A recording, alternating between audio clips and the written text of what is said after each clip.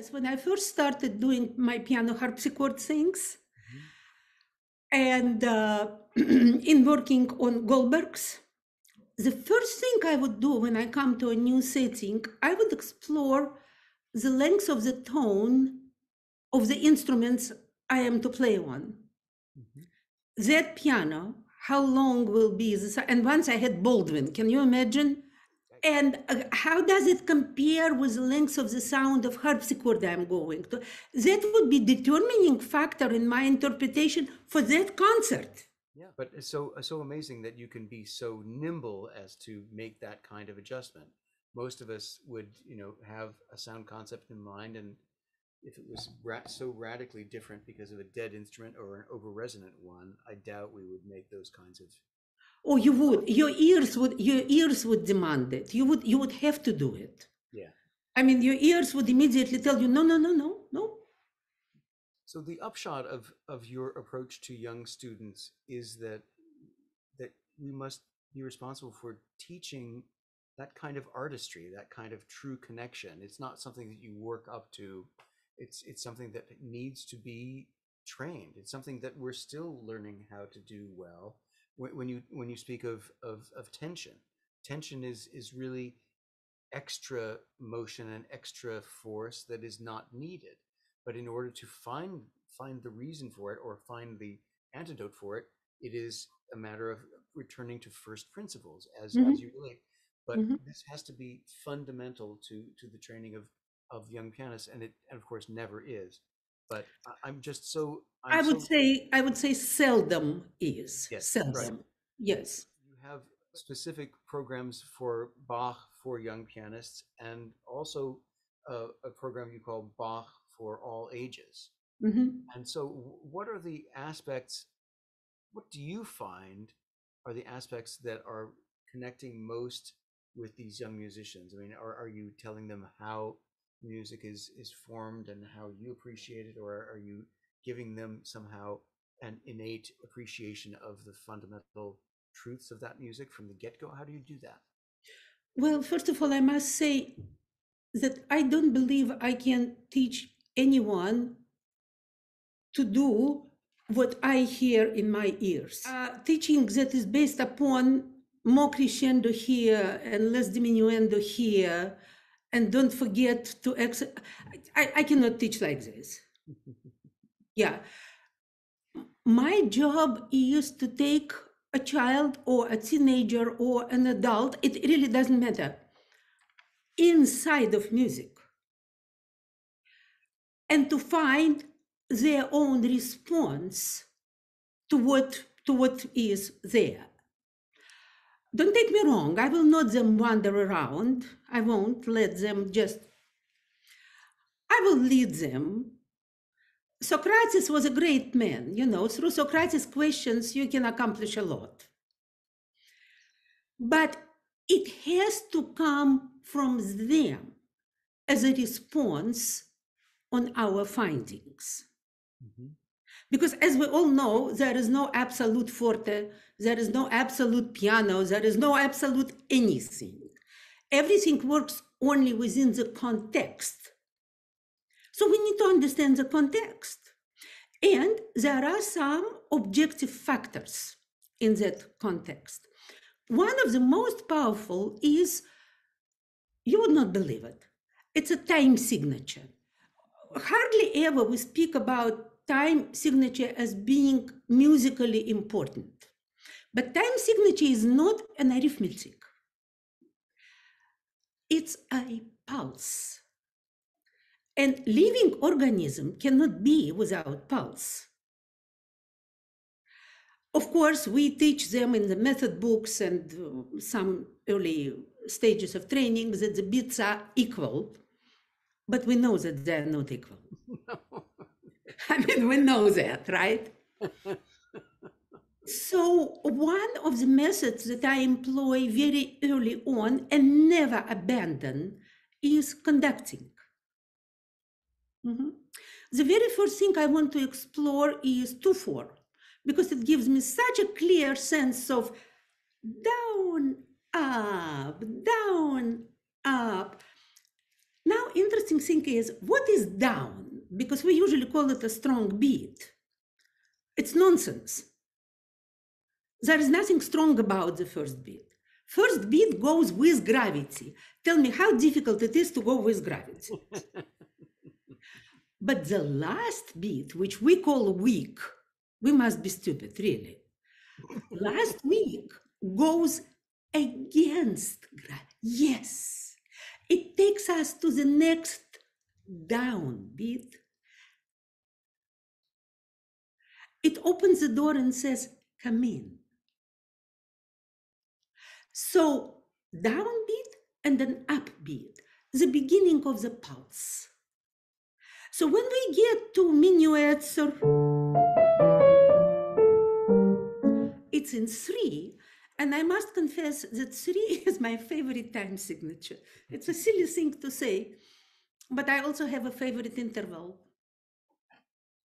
Minor 6 is my... It's yours. It's yours. Absolutely. And 3/4 is my favorite time signature.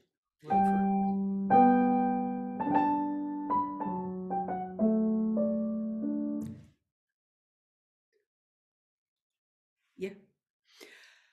So from studying 2/4, we already know what downbeat is. And from studying 2/4, we already know what upbeat is. So what is new? That second beat. And second beat is located between two very strong personalities.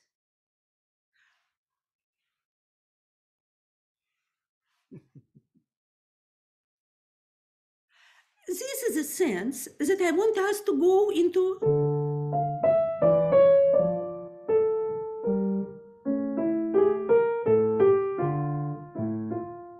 Well, that's Anna Magdalena Bach. But this is not by Bach. Right. Yeah. And newer edition specified, but all editions, they all say it's Bach. It's not. It's not. Some of these pieces by family friends like Petzold, and some by Carl Philipp Emanuel Bach, and some are by Bach. And by the way, when I work with my students on repertoire, I always encourage them to play pieces that they don't know and to teach pieces that they don't know. And I always tell them, please, don't do it. Just don't do it. Yeah. When a student comes audition for me as a transferred student and plays for me, and then he plays,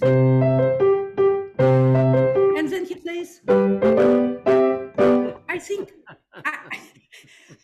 I don't know how the teacher survives. And there are tons of pieces there. And in fact, in Anna Magdalena, there is this beautiful aria that I never hear being taught. And I don't know why. I don't know why it is not as good as any of the well-known minuets. Aria.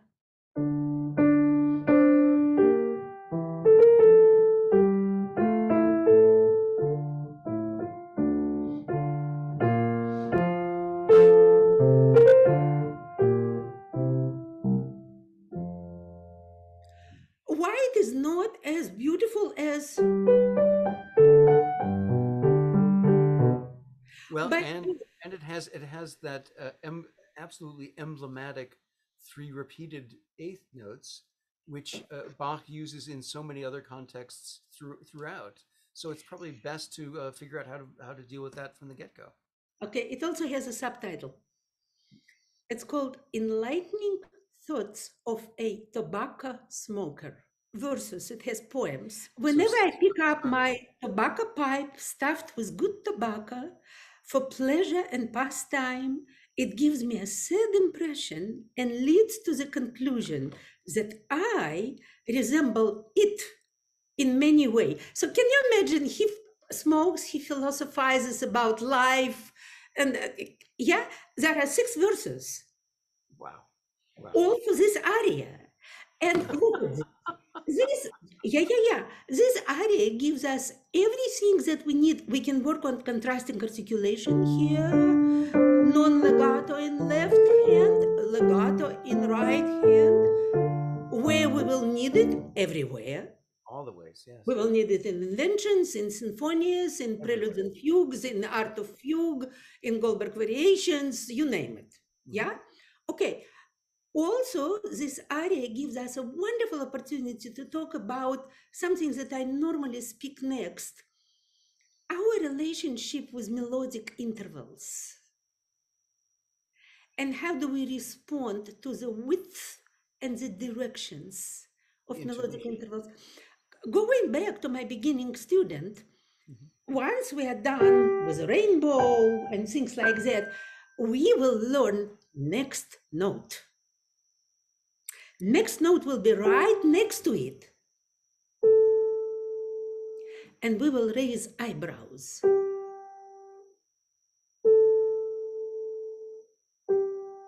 And I also will take my child to stairs and we will walk it. We will be on these steps and we will go on these steps and we step back so we would physically feel the rise and the fall.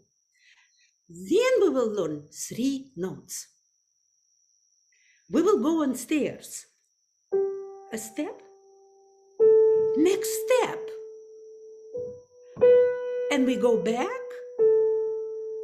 And you know what's going to happen next? We will take middle note out. We will have a third. And then we will have a fourth. And a fifth. And a sixth. And a seventh.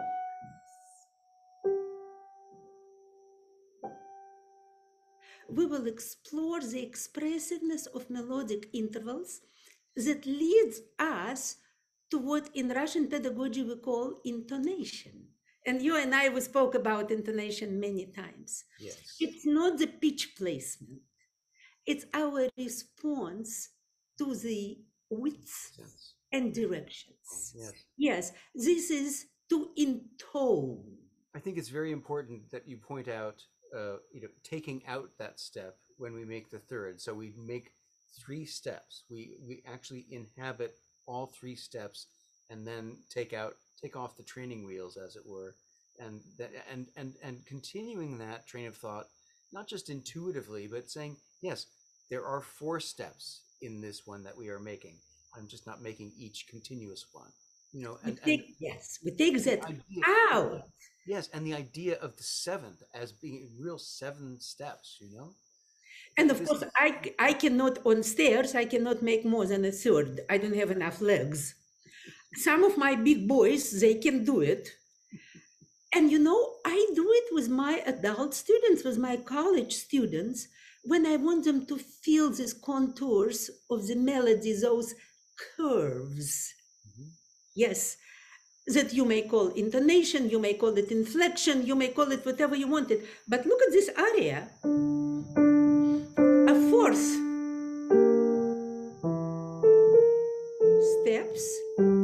Steps, a fourth.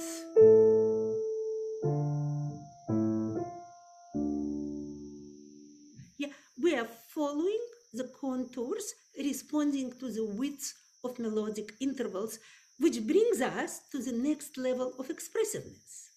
So you see, if we feel 1, 2, 3, 1, 2, 3, and if we respond to melodic intervals, it's already good. Exactly.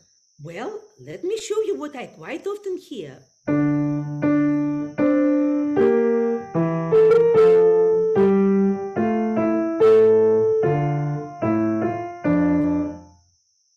It's not 1, 2, 3. It is 1, 1, 1, 1. And going from the gesture, it actually transfers quite well. Well, and as you say, you begin them with conducting. You make the physical manifestation of the structure of a measure. Absolutely. And when we are doing our response to melodic intervals, we do it with hand. It's not kodai. It's not Right. No, it's taram, taram, taram, taram, taram.